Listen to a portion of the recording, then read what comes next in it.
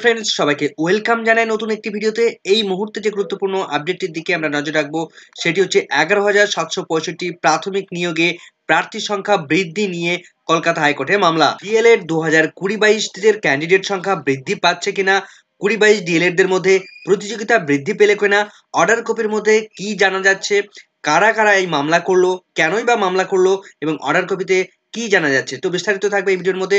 চলুন ভিডিও শুরু করা যাক। ভিডিও শুরু করার আগে বলে রাখবো, বন্ধুরা যারা চ্যানেলটিতে নতুন আছেন অবশ্যই একটু সাবস্ক্রাইব করে রাখার অনুরোধ রইল এবং ভিডিওটি ভালো লাগলে অবশ্যই একটু লাইক এবং কমেন্ট করে যাবেন। তো চলুন বন্ধুরা, ডিটেলস বিস্তারিত আমরা আলোচনা করব। তো চলুন ভিডিওটি শুরু করা যাক। 2022 সালে প্রাথমিক শিক্ষা পর্ষদ যখন 11,765 নিয়োগের নোটিফিকেশন প্রকাশ করলো, তখন বিএড এবং ডিএলএড উভয় ডিগ্রিধারীরাই এই প্রাথমিক শিক্ষক নিয়োগ প্রক্রিয়ায় অংশগ্রহণ করার জন্য এলিজিবল ছিল। এর মধ্যে বেশ কিছু ক্যান্ডিডেটদের তাদের বিএড এবং ডিএলএড উভয় ডিগ্রি ছিল।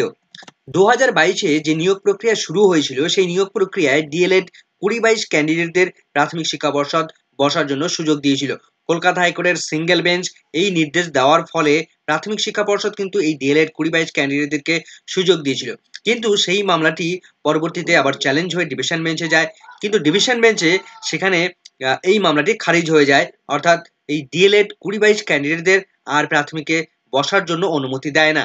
সেখান থেকে তারা সম্পূর্ণভাবে বাতিল হয়ে যায়। তো পরবর্তীতে এই মামলা সুপ্রিম কোর্ট পর্যন্ত গড়ায় এবং সুপ্রিম কোর্টে বর্তমানে মাননীয় বিচারপতি হিমা কোহলি ম্যাম হাসানুদ্দিন স্যারের বেঞ্চে বিচারাধীন রয়েছে এবং তারা দীর্ঘদিন ধরে সেই বেঞ্চে স্টে অবস্থায় ফেলে রেখেছিলেন এবং পরবর্তীতে 29শে জানুয়ারি তারা নির্দেশ দিয়েছিলেন যে প্রাথমিকের এই প্যানেলে 20-22 ডিএলএডদের ক্যান্ডিডেটদের জন্য পর্যাপ্ত পরিমাণে ভ্যাকেন্সি রেখে দিয়ে বাদবাকি 9,533 জনের প্যানেলে রিক্রুটমেন্ট প্রক্রিয়া কন্ডাক্ট করার জন্য নির্দেশ দিয়েছিলেন এবং পরবর্তীতে এই 20-22 ডিএলএড এর জন্য পর্যাপ্ত পরিমাণে যে ভ্যাকেন্সি ছিল সেই ভ্যাকেন্সিতে রিক্রুটমেন্ট প্রক্রিয়া আগামী 4 সপ্তাহের মধ্যে ইন্টারভিউ এবং সমস্ত মেরিট লিস্ট প্রকাশ করে মেরিট লিস্ট সুপ্রিম কোর্টে জমা দেওয়ার নির্দেশ দিয়েছিলেন। সেই মেরিট লিস্ট সুপ্রিম কোর্ট দেখে যদি মনে করে যে হ্যাঁ এটা এখানে সবকিছু ঠিকঠাক আছে, তাহলে সুপ্রিম কোর্ট কিন্তু ডিএলএড 20-22 সেশনের ক্যান্ডিডেটদেরকে নিয়োগ করার সুযোগ দেবে।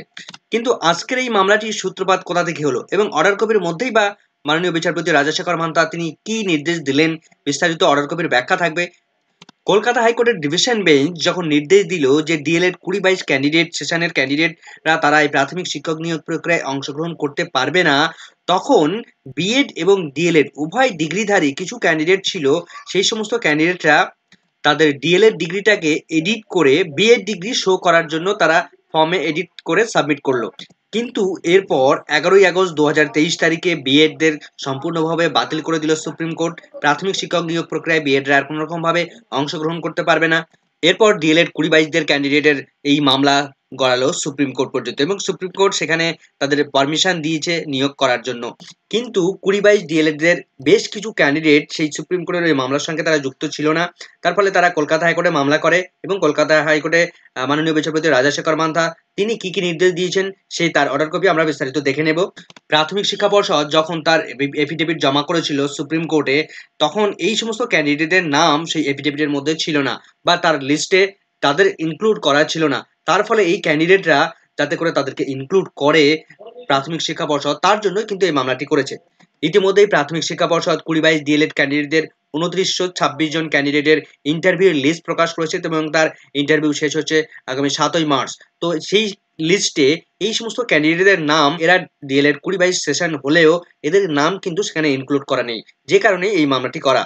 তো মামলাটির ডিটেলস আমরা দেখে নেব এই মুহূর্তে। সরাসরি কলকাতা হাইকোর্টের ওয়েবসাইটে চলে যাব। তো সরাসরি কলকাতা হাইকোর্টের ওয়েবসাইট থেকে আমরা যেটা দেখতে পাচ্ছি যে দেখুন মামলাটির ফাইল নাম্বার আমরা যেটা দেখতে পাচ্ছি 5842/2024 মামলাটি ফাইল করা হয়েছে দেখুন কবে, সবে মাত্র 27শে ফেব্রুয়ারি 2024 তারিখ, 27/2/2024 তারিখ, এই কয়েকদিন আগে এই মামলাটি ফাইল করা হয়েছে, যার মামলাটির রেজিস্ট্রেশন নাম্বার 5694/2024, রেজিস্ট্রেশন ডেট সেই একই দিনে। মামলাটির ফার্স্ট হিয়ারিং এর ডেট ছিল 28শে ফেব্রুয়ারি 2024 তারিখে এবং ডিসিশন ডেট দেখুন ইতিমধ্যে খুব অল্প সময়ের মধ্যে কিন্তু ডিসিশন চলে এলো 4ই মার্চ 2024 তারিখ, অর্থাৎ গতকালকে কিন্তু মামলাটির ফাইনাল ডিসিশন চলে এলো। তো মামলাটির বর্তমান স্ট্যাটাস কেস ডিসপোজড হয়ে গেল, অর্থাৎ মামলাটি সম্পূর্ণভাবে খারিজ হয়ে গেছে। এবং কিভাবে খারিজ হলো, মামলাটির অর্ডার কপি অর্ডার দিয়ে কিন্তু খারিজ হয়েছে, সরাসরি নয়। তো আমরা দেখবো সেই অর্ডারটা। বর্তমানে যিনি পিটিশনার ছিলেন মোহাম্মদ ইউসুফ গোলদার। পিটিশনারের পক্ষ থেকে কথা বলছেন গোপা বিশ্বাস, অন্যদিকে ফিরদৌস শামীম ছিলেন। মামলাটি কিন্তু পরপর হিয়ারিং হয়েছে। দেখুন 28 ফেব্রুয়ারি হয়েছে, 29 ফেব্রুয়ারি হয়েছে, 1 মার্চ হয়েছে এবং 4 তারিখের মধ্যে আউটকাম বেরিয়ে গেল। 4 মার্চ অর্থাৎ গতকালকে কিন্তু ফাইনাল আউটকাম বেরিয়েছে, ফাইনাল অর্ডার দিয়ে দিয়েছেন। তো আমরা অর্ডার কপির ডিটেলস ব্যাখ্যা দেখে নেব, অর্ডার কপিতে কি কি উল্লেখ করা হয়েছে। তো আমরা চলে এসেছি অর্ডার কপির মধ্যে। দেখুন গত 4 মার্চ 2024 তারিখে 4/3/2024 তারিখে কোর্টরুম 13 নম্বর কোর্টরুমে আইটেম নাম্বার ছিল 36 নম্বর সিরিয়ালে 13 নম্বর কোর্টরুমে এই মামলাটির শুনানি, বিস্তারিত শুনানি হয়েছে। মামলাটির রিট পিটিশন নাম্বার আমরা দেখতে পাচ্ছি 5694/2024 এর। মামলা পিটিশনার যিনি রয়েছেন Yusuf Goldar versus state of West Bengal. পিটিশনারদের পক্ষ থেকে কথা বলছিলেন ফিরদৌস শামীম, গোপা বিশ্বাস, তাছাড়া আরো অনেকে ছিলেন। অন্যদিকে পর্ষদের পক্ষ থেকে কথা বলছিলেন সুবীর সান্যাল, সৈকত ব্যানার্জি, রাতুল বিশ্বাস। তো অর্ডার কপিতে কি জানিয়েছেন মাননীয় বিচারপতি রাজাশেখর মান্থা, তো আমরা বিস্তারিত দেখে নেব যে এই ডিএলএড ক্যান্ডিডেটরা 20/22 ডিএলএড ক্যান্ডিডেটরা তারা কি নতুন করে সুযোগ পাবে, তারা কি ইন্টারভিউ সুযোগ পাবে, তাহলে কি ডিএলএড 20/22 সেশনের ক্যান্ডিডেট সংখ্যা কি আরো বৃদ্ধি পেতে চলেছে। বিস্তারিত অর্ডার কপিতে কি উল্লেখ করেছেন দেখি।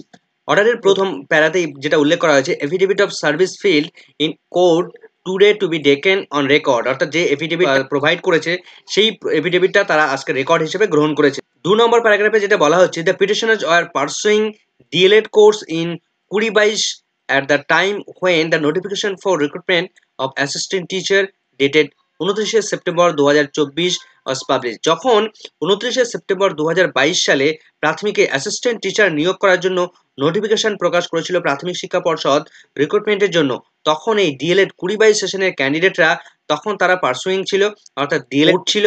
ফাইনাল রেজাল্ট তাদের কিন্তু বেরোয়নি সেই সময়, অর্থাৎ ফাইনাল মার্কশিট তারা কিন্তু হাতে পায়নি। 3 নম্বর প্যারাগ্রাফে যেটা বলা হচ্ছে, by a decision of division bench, division bench একটা অর্ডার দিয়েছিল, একটা ডিসিশন সেখানে নেওয়া হয়েছিল of this court dated 11 April 2023 তারিখে। 11 এপ্রিল 2023 তারিখে ডিভিশন বেঞ্চ একটা অর্ডার দিয়েছিল ইন্টার আলিয়া, যার ম্যাট নাম্বার 1725/2022 এর, যার পিটিশনার ছিল শ্রাবণী নায়ক ভার্সেস সৌমেন পাল। এই মামলাটি heard along with two another appeal, অন্য দুটি অ্যাপিল ছিল, অন্য দুটি মামলা এর সঙ্গে যুক্ত ছিল।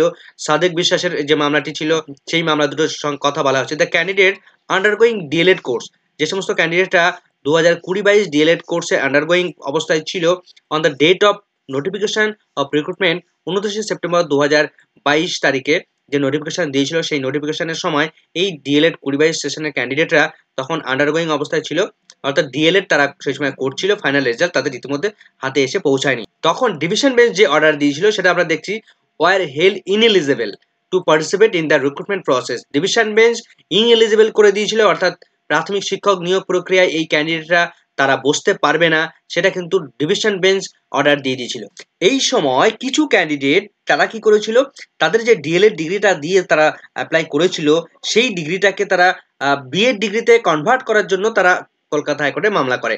কি জানাচ্ছে 4 নম্বর প্যারাগ্রাফে, সেটাই যেমনটি জানাচ্ছে, some of the writ petitioner, বেশ কিছু রিট পিটিশনার যেটা জানা যাচ্ছে মুভ এ রিট পিটিশন, একটা রিট পিটিশন করেছিল এবং subsequently were parties in matter number 804 নম্বর ম্যাটে West Bengal board of primary education versus Mrinmoy সরকার।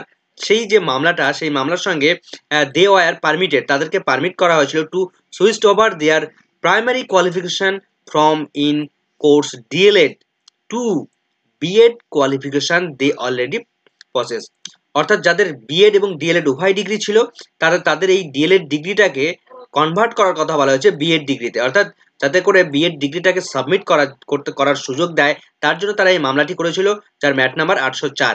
তার ফলে এই ম্যাটের অর্ডার এসেছিল যে এই বিএড ক্যান্ডিডেটদেরকে, এই বিএড এবং ডিএলএড উভয় ক্যান্ডিডেট যেটা ছিল তাদেরকে বিএডটাকে সাবমিট করার জন্য পারমিট দিয়েছিল কলকাতা হাইকোর্টের division bench. The switch over was permitted pursuant a notification issued by the West Bengal Board of Primary Education dated 5 June 2023 তারিখে। 2023 তারিখের 5 জুনে প্রাথমিক শিক্ষা পর্ষদ একটা নোটিফিকেশন দিয়ে জানায় যে এই ডিএলএড 20/22 এই ক্যান্ডিডেটদের জন্য একটা পারমিশন দেওয়া হয় ডিগ্রিটাকে বিএড ডিগ্রিতে কনভার্ট করার জন্য, সুইচ ওভার করার জন্য পারমিশন দেওয়া হচ্ছে এবং নোটিফিকেশন দিয়েছিল এবং সেই সময় উইন্ডো খুলে দিয়েছিল, এর ফর্ম এডিট করার সুযোগ দিয়েছিল প্রাথমিক শিক্ষা পর্ষদ। এরপর 5 নম্বর প্যারাতে বলা হচ্ছে, in the mean time the order of division bench, division bench যে অর্ডারটা দিয়েছিল 11 এপ্রিল 2023 তারিখে was carry to appeal to honourable supreme, appeal করেছিল, যার এসএলপি নাম্বার আমরা যেটা দেখছি 12660 2023-এর সোমেন পাল ভার্সেস শ্রাবণী নায়কের যে মামলা ছিল। এরপর 6 নম্বর প্যারাতে যেটা বলা হচ্ছে, বাই অ্যান অর্ডার ডেটেড 29শে জানুয়ারি 2024 তারিখে সুপ্রিম কোর্ট যে অর্ডার দিয়েছিল, the West Bengal board of primary education was directed, West Bengal board of primary এডুকেশনকে ডিরেকশন দিয়েছিল কে supreme court, allow the candidate like the petitioners, এই যে পিটিশনার রয়েছে তাদেরকে এই নিয়োগ প্রক্রিয়ায় অংশগ্রহণ করার সুযোগ দিয়েছিল, who are the in the course DElEd candidates for the year 2022 also participate in the recruitment process, অর্থাৎ যে 2022-এর যে রিক্রুটমেন্ট প্রসেস, সেই রিক্রুটমেন্ট প্রসেসে ডিএলএড 2022 ক্যান্ডিডেটদের জন্য পারমিশন দিয়েছিল, যে অর্ডারটা আমরা ইতিমধ্যে দেখেছি 29শে জানুয়ারি সুপ্রিম কোর্ট মাননীয় বিচারপতি হিমা কোহলি ম্যাম তারা যেটা অর্ডারটা দিয়েছিলেন সেই অর্ডারের কথা এখানে উল্লেখ করা হয়েছে। 7 নম্বর প্যারাগ্রাফে যেটা বলা হচ্ছে, ইন দ্য মিন টাইম, ঠিক একই রকম ভাবে একই সময়ে honourable supreme court of India had delivered the judgment of in the case Devesh Sharma versus union of India. Devesh শর্মার যে মামলাটা ছিল বিএড ভার্সেস ডিএলএড এর যে মামলাটা ছিল, ওয়ার ডিক্লেয়ার দ্যাট, সেখানে ডিক্লেয়ার করা হয়েছিল যে BEd qualification is not a required or recognised qualification, অর্থাৎ প্রাথমিক শিক্ষক নিয়োগ প্রক্রিয়ায় বিএড তারা আর কোনো রকম ভাবে এলিজিবল নয়, সেই অর্ডার তুলে ধরা হয়েছে। The purpose of recruitment as a assistant teacher in primary level in the country, অর্থাৎ কান্ট্রির মধ্যে দেশের মধ্যে প্রাইমারি লেভেলে সে অ্যাসিস্ট্যান্ট টিচার নিয়োগ করার জন্য বিএড আর কোনো রকম ভাবে এলিজিবল নয়। They now wish to take benefit of the decision of the Honorable Supreme Court of India dated 29শে January 2024 তারিখে যে অর্ডারটা দিয়েছিল, তারা সেখানে পিটিশনাররা বেনিফিটেড হয়েছিল, পিটিশনারদের পক্ষে মামলাটির অর্ডারটা গিয়েছিল। এরপর 8 নম্বর প্যারাতে যেটা বলা হচ্ছে, mister Subir Sanyal, learned council for West Bengal board of primary education, West Bengal board of primary এডুকেশনের পক্ষ থেকে সুবীর সান্যাল মহাশয় তিনি সাবমিট করেছেন যে that the petitioners have tested their candidature as the course DElEd কোর্সের কথা বলা হচ্ছে 2022 DElEd course being disqualified by the reason of the decision of division bench. Division bench 11 April 2023 তারিখে যে অর্ডার দিয়েছিল যে প্রাথমিকে এই ডিএলএড 2022-এর যেহেতু অ্যাপিয়ারিং রয়েছে তারা প্রাথমিক শিক্ষক নিয়োগ প্রক্রিয়ায় অংশ নিতে পারবে না, তার জন্য তাদের ইন্টারভিউ প্রক্রিয়া কিন্তু বন্ধ করে দিয়েছিল। Here after they took the benefit of the notification 5 June 2023 তারিখে switched over BEd as their primary qualification, তাদের ডিএলএডটাকে চেঞ্জ করে বিএড ডিগ্রিতে পরিণত করার জন্য সেখানে কিন্তু নোটিফিকেশন এসেছিল, সেটা জানানো হচ্ছে। এরপর যেটা জানা যাচ্ছে, they should not now allow to status in the course DElEd 2020-22 ক্যান্ডিডেটরা এই মুহূর্তে তারা কিন্তু তাদেরকে আর অ্যালাউ করা হচ্ছে না।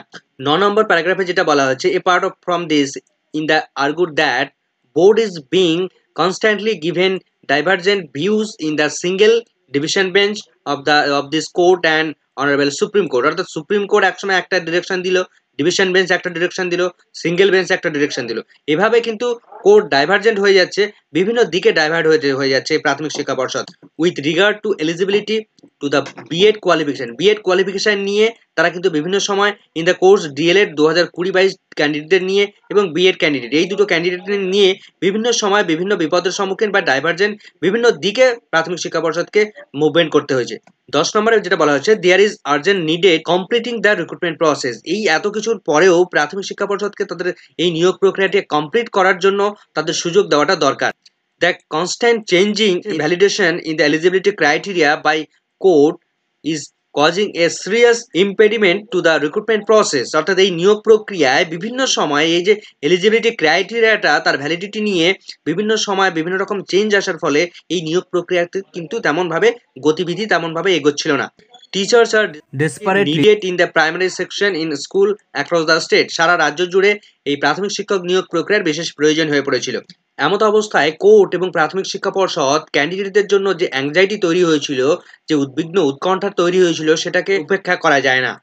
If the West Bengal board of primary education facing views of different, বিভিন্ন কোর্ট বিভিন্ন ডিফারেন্ট ভিউ যদি তারা সাবমিট করে বা বিভিন্ন দৃষ্টিভঙ্গি তারা পোষণ করে, তাহলে তারা নিজেরাই কনফিউজড হয়ে যাবে, প্রাথমিক শিক্ষা পর্ষদ তারা নিজেরাই কনফিউজড হয়ে যাবে যে এই পরিস্থিতিতে ক্যান্ডিডেটদের নিয়ে তারা কি করবে, নিয়োগ প্রক্রিয়া নিয়ে তারা কিভাবে এগোবে।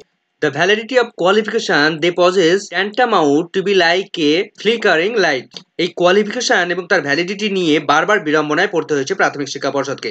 They are not certain as to which of their qualification is valid, তারা নির্দিষ্ট করে পারছিল না যে কোন কোয়ালিফিকেশনটা অ্যাকচুয়ালি ভ্যালিড আর কোনটা ভ্যালিড নয়।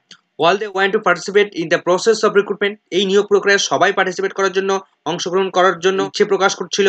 Success or otherwise in the process is completing different matter, অর্থাৎ সাকসেস সফল হবে কি হবে না সেই বিষয়টা পরবর্তী আলাদা ব্যাপার, কিন্তু নিয়োগ প্রক্রিয়াটা যে কমপ্লিট করতে হবে সেই বিষয়টা আলাদা ব্যাপার।